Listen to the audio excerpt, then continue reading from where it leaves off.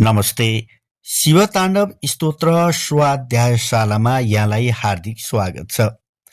आज हामी शिवताण्डव स्तोत्रको दोस्रो श्लोक स्वाध्याय गर्नेछौँ बाँकी भिडियोबाट। यहाँ प्रत्येक शब्दहरू उच्चारण गर्दा एउटा नियम पनि जान्न जरुरी छ। जस्तो टा यसलाई अलि ढिलो उच्चारण गर्ने अथवा लामो उच्चारण गर्नु पर्यो, यो टा। त्यसैगरी दीर्घलाई अलि लामो उच्चारण गर्ने, ह्रस्व चाहिँ अलि छिटो उच्चारण गर्ने। यो नियम चाहिँ जस्तो क का, कि कु कु, के कै, को कौ, कम कह।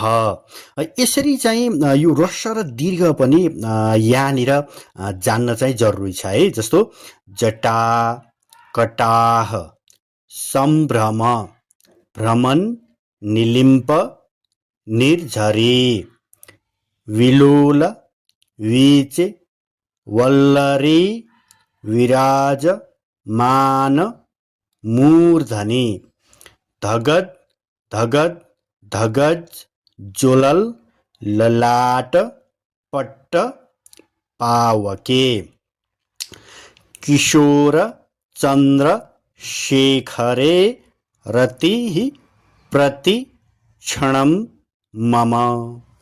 त्यसपछि यसलाई उच्चारण गर्न एकदम सजिलो हुन्छ। यो 4 देखि 5 पटकसम्म प्रत्येक शब्दलाई उच्चारण गर्ने।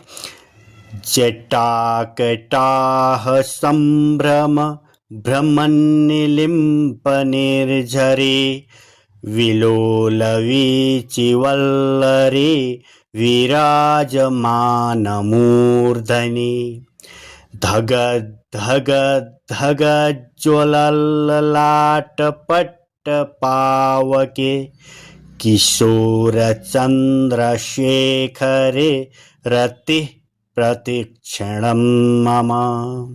जटाकटाह सम्भ्रम, भ्रमण, निलिम्प, निर्झरे, विलोल, वीचि, वल्लरी, विराजमान, मूर्धनि, धगद, धगद, धगज, ज्वलल, ललाट, पट्ट, पावके, किशोर, चन्द्र, शेखरे, रति, प्रतिक्षणम मम।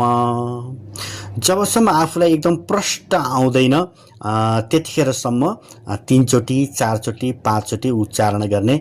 ह्रस्व र दीर्घ उच्चारणमा पनि ध्यान